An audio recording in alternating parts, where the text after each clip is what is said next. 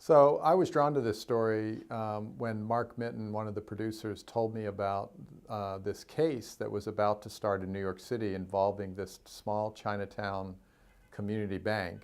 And he told me that they were the only bank so far to be indicted in the wake of the 2008 financial crisis that nearly crashed the world economy, and that they were a bank that discovered the fraud and tried to deal responsibly with the fraud, and they were being rewarded, if you will, with being prosecuted by the DA's office in New York. And I thought that was kind of crazy. So based on that description, I was willing to go to New York and film a little bit. And when I met the family, that's when I decided I wanted to tell this story, because I was really struck by their courage, their belief in each other, and their desire to fight back. Well, when Mr. Sung started this bank over 30 years ago, he realized that even for him as a successful lawyer, that the banks in Chinatown were far more interested in taking his money for deposit than in lending him money to do anything more. And he figured that if that was true of him as a successful lawyer in Chinatown, what must it be like for the great majority of people who live in Chinatown who are not professionals? And so he was inspired to become a banker because he felt like that was a very clear way that he could serve his community. And he's always had a big belief in public service. And that is part of the mission of the bank. And to this day, that has been the role of the bank in the community, is to help people. Many times they are immigrants, if not first-generation Chinese Americans, to sort of climb their way up the ladder in American culture with their first mortgages or their start their first business. And that's a role that Abacus can play that most banks are not really willing to play in a place like Chinatown.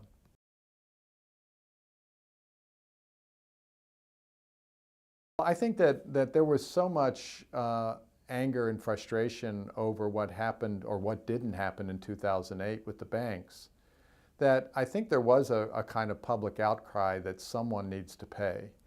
I think, I think that the DA's office in New York City did believe that Abacus was engaged in fraud that reached up to the upper levels of the bank, and I don't believe they were so cynical as to put this bank on trial without believing that there was a real case to be made here. I totally believe that. But I do think their judgment was clouded by a kind of ambition, an ambition to be the DA's office, which actually brought a bank to its knees and convicted a bank in the wake of the 2008 crisis.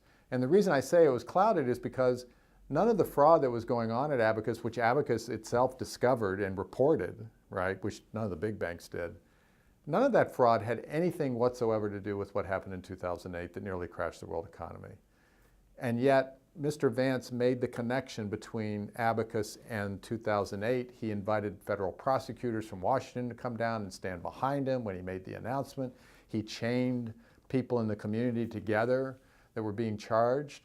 I mean, everything about it just bespoke a desire to, in my view, to kind of plant a flag and say, we brought a bank to justice. And it didn't matter that it was a small community bank.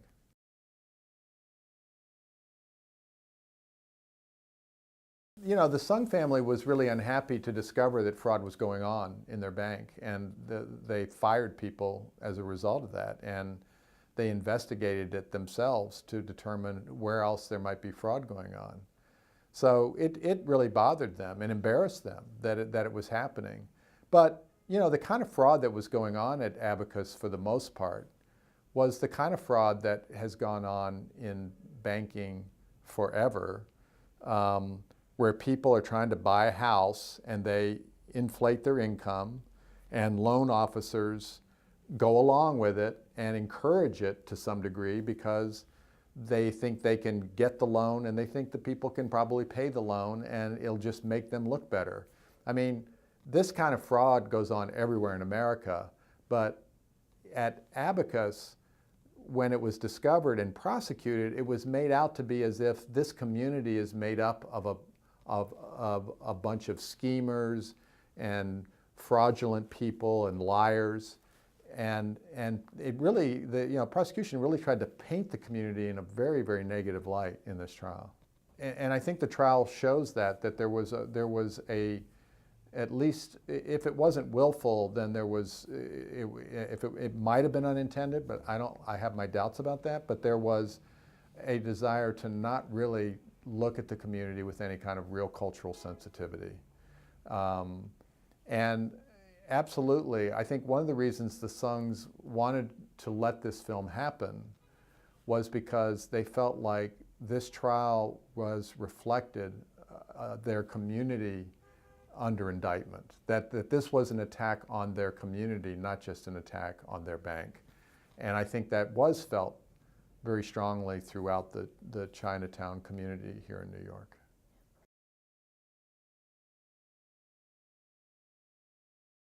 You know, in this country, historically, justice has been meted out differently if you are white and if you have some affluence, versus if you are a person of color, an immigrant, and you don't have influence or much money. There are two different systems of justice in this country, and that's unfortunate. And I think that part of what made this story so distinctive is that all of those things were true here with one exception. The Songs aren't poor. And they were willing to and had the ability to fight back and spend millions of dollars doing so because they believed that they needed to have their day in court, and they did. And most people in Chinatown, if they found themselves on the wrong side of the law, even if they were innocent, they don't have the ability to do what the Songs did. So that's why the Songs doing it makes it a vitally important story.